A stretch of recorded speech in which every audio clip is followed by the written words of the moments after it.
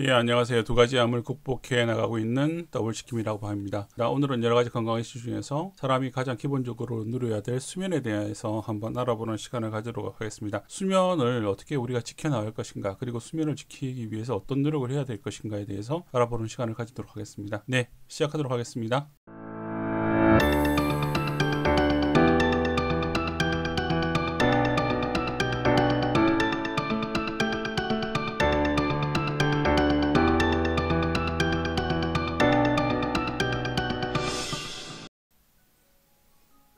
네, 제가 일본의 건강 매거진을 보고 있었는데요. 거기서 한 가지 이슈가 나온 것을 보고 이번 주제를 잡았습니다. 밤에 하는 양치질이 과연 수명에 영향을 미칠 수 있는가에 대한 이슈였고요. 내용인즉슨 우리가 이제 밤에 잠들기 전에 졸음이 쏟아지는데 보통 이제 저녁 식사 후에 양치질을 하지 않고 잘 때 양치질을 하시는 분이 많잖아요. 그러면 양치질을 한 후에 잠이 안 드는 경우가 있는데 그게 정상적이냐, 그리고 양치질 하는 것이 과연 수면의 질에 영향을 미치느냐는 내용이었고요. 그 매거진에서는 자기 전에 양치질을 하면 수면 방해를 분명히 받을 수 있다라는 결론을 가지고 있습니다. 그래서 제가 궁금해서 한번 불면증에 대해서 과연 국내적 통계가 어떻고, 그리고 제가 관절의 통증 때문에 허리 디스크도 있지만 수면을 잘 못 잔 경우가 있어서 그거에 대해서 한번 그걸 공유해 드릴까 합니다.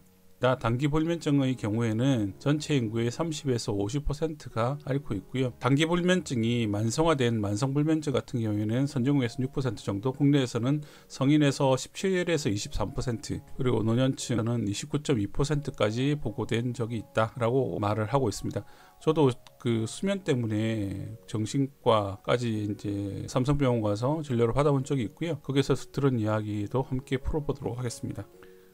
일단 아까 잡지에서 말한 내용을 좀 더 알려드리면, 자기 전에 양치질을 하면 결국 잇몸이 자극이 되는데, 잇몸이 자극이 되면 결국 우리가 수면을 취하기 위해서 가장 필요한 호르몬인 멜라토닌의 분비량이 줄어들기 때문에 깊은 잠을 잘 수 얻게 된다는 내용입니다. 그래서 취침 1시간 전에 양치질을 한다면 멜라토닌 분비량을 유지할 수 있기 때문에 가급적이면 식사 후에 바로 하시거나 최소한 취침 1시간 전에 양치질을 하는 것을 이 잡지에서는 권장해 드리고 있고요. 수면 민감해서 어떤 멜라토닌 분비량에 대한 밸런스가 다른마다 다르니까 1시간 전에 양치하는 것을 해결이 안 될 때는 가글이나 물로 입을 헹구고 자는 것도 하나의 방법이 될 것 같다라고 이야기를 하고 있습니다. 그러면 그 불면 장애에 대해서 한번 살펴보도록 하겠습니다. 자, 현대인의 고질병이죠, 불면 장애. 그 불면 장애를 보통 이제 잠이 안 온다, 수면 부족이다 이렇게 해서 그냥 스스로 판단하시고 하는 많은 경우가 있는데, 이게 병원에 갈 상황인지 아닌지를 들어본 적이 잘 없으시잖아요. 그래서 제가 그것에 대해서 한번 제가 진료받았던 걸 한번 이야기를 드리면, 적절한 수면의 기회, 그러니까 충분히 잘 수 있는 기회가 주어짐에도 불구하고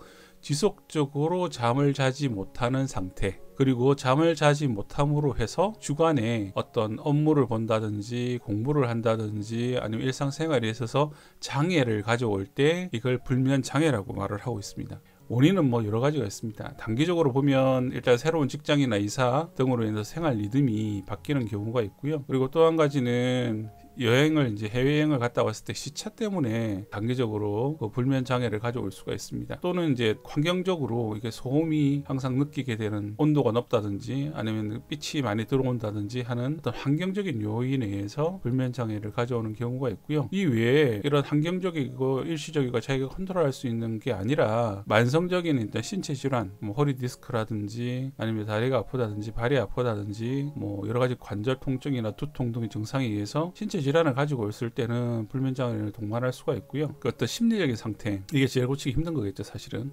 어떤 심리적인 요인이나 스트레스가 심한 상태 등에 의해서 불면 장애가 올 수도 있습니다. 치료를 위해서, 어떤 병적을 치료를 위해서 쓰는 각성제나 스테로이드제, 그리고 진통제, 항우울제, 카페인, 그리고 지나친 음주 등이 불면 장애를 유발할 수가 있고요. 그리고 코골이나 하지불안 증후군 등 만성적인 신체 질환은 아니지만 수면을 유지하기 위해서는 결국 호흡이 중요한데, 이 호흡에 영향을 받는 코골이 등과 말초 신경적으로 계속 이제 통증을 가져온 하지불안 증후 같은, 확실하게 갑자기 이제 그 병증이 나온 게 아닌데 이게 증후군처럼 계속적인 통증을 가져오는 병증, 이런 것들이 불면장애의 요인이 되겠습니다. 그러면 이 불면장애가 어떤 상황이 되냐면 한계선을 우리가 가지고 있잖아요. 이까지는 불면장애로 볼 수가 없고 2단계 이상이 되면 불면장애로 볼 수가 있고 이런 건데, 결국 우리가 이제 기저에 깔아져 있는 것들, 그러니까 아주 뭐 둔감한 사람, 뭐 예를 들어서 머리만 대면 잠을 자시는 분 같은 경우는 아무 문제가 없지만, 그렇지 않은 분들 같은 경우에는 이게 신경적으로 좀 민감하신 분들, 이런 분들은 주위 환경의 영향에 아주 영향을 많이 받으시겠죠. 주변 환경이 변하거나 여러 가지 스트레스 상황이 되면 영향을 많이 받으시겠죠. 그러한 분들의 어떤 기저적인 부분이 밑에 깔리게 되고요. 그리고 방금 말씀드린 어떤 유발 요인들이 생기면 불면장애가 나타나게 됩니다. 그게 그런데 일시적으로 되는 경우도 있고, 이게 일시적으로 되지 못하고 그 유발 요인이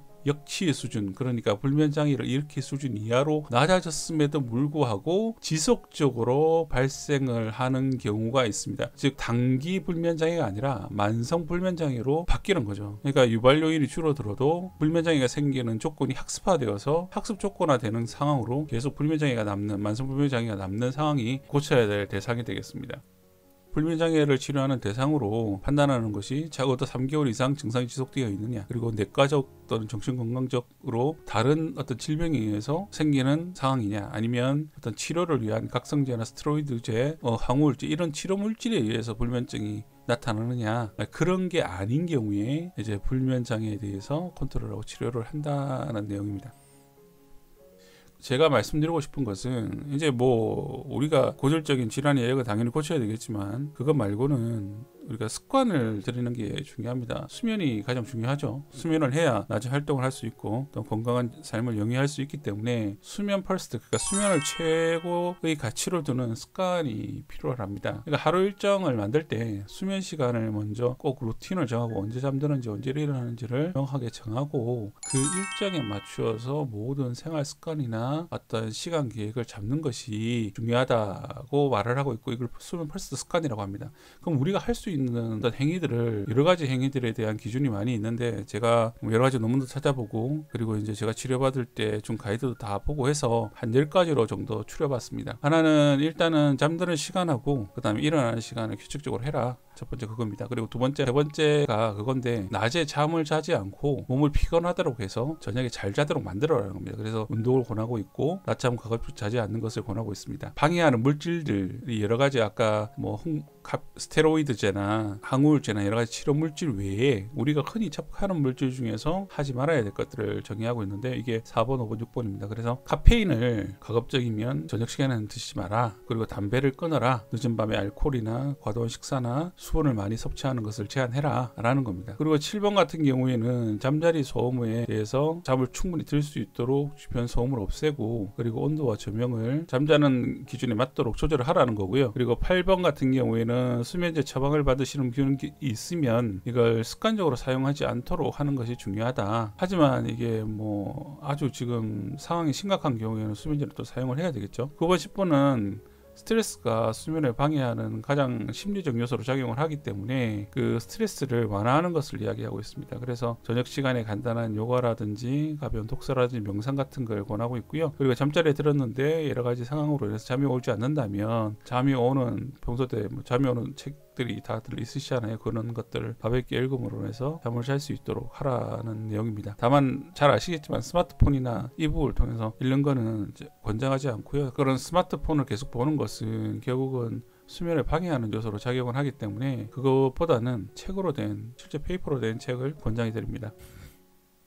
수면 1시간 전에 골든타임을 지키자 주제를 달았는데요. 퍼스트 습관을 들이는 것도 중요한데, 그 외에 양치질이라든가 아주 간단한 것들, 그러니까 뭐 잠자기 전에 불을 끄러 일어나는 행위라든가, 아니면 뭐 거실에 있다가 침실로 자리를 옮긴다든지, 잠이 와서 그리고 양치질을 한다든지, 그리고 이불을 팬다든지, 이런 동작들이 근육을 움직이게 하잖아요. 그래서 근육을 움직이면 근육이 각성을 유도하고, 이게 정신적으로 영향을 미쳐서, 신경적으로 영향을 미쳐서 잠을 자는 걸 또 방해하는 게 있고, 이게 뭐 보통 건강한 사람들은 문제가 없는데, 이 아까 말씀 역치 수준, 그러니까 불안면 장애를 간당간당한 수준이 되면 이게 반드시 이게 방해 요소로, 수면 장애 방해 요소로 작동을 하게 됩니다. 그런 거에 대해서도 한번 언급을 하고 있고요. 그래서 졸음이 밀려오는데 보통 한두 시간 걸립니다. 근데 이때 움직임을 최소화한 상태에서 잠자리에 바로 들어야지 그러니까 잠자리에서 가벼운 독서나 어떤 약한 조명이나 이런 걸 통해서 졸음을 최대한 유지해서 충분히 자도록 해야지, 그렇지 않을 때는 결국은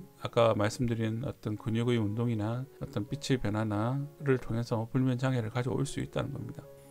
꼭 이렇게 하세요 타임입니다. 전 불면 장애는 결국은 수면을 취하지 못하면 이게 몸의 저항력하고 관계가 되고요.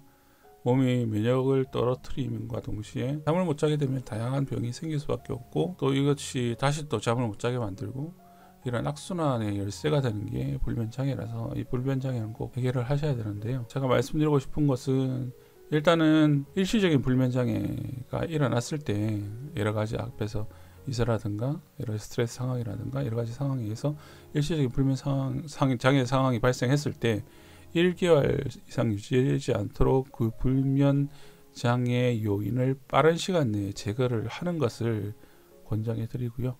그리고 불면 장애가 고착화되지 않도록 수면 펄스, 아까 앞에서 말씀드린 10가지 습관 있잖아요. 그것을 계속 실천해 보시기를 권해드립니다. 그리고 3개월 이상 불면 장애가 고착화 됐으면 이제 치료를 해야 됩니다. 그래서 치료를 좀 심한 상황이고 불면 장애가 계속된다면 진료를 반드시 한번 받아보시기를 권해드립니다. 수면을 방해하는 질병들이 아까 있었잖아요. 뭐 허리 디스크도 그 중에 들어가지만 어떤 관절에 대한 병증, 그 다음에 이제 뭐 하지 불안증, 뭐 코골이 이런 것들이 있었는데, 이러한 것들은 반드시 치료를 하도록 노력을 하시고, 그리고 잘 때는 어떤 통증 완화에 대한 약물을 써서라도, 물론 이게 수면에 방해되는 약물은 안 되겠죠. 통증 완화가 돼서 잠을 충분히 잘 수 있도록 그렇게 노력을 한번 해주시는 게 좋을 것 같습니다. 예, 오늘은 그 불면 장애에 대해서 한번 알아봤고요. 어떻게든 일시적인 불면 장애가 고착화되지 않도록 수면 퍼스트 습관으로 불면 장애를 꼭 이겨나가서 건강한 삶, 행복한 생활을 해나가시기를 바라겠습니다. 예, 제 강의를 들으시고 좋다고 느껴지시면 좋아요, 구독 꼭 눌러주시고요. 다음 시간에 또 뵙도록 하겠습니다. 예, 감사합니다.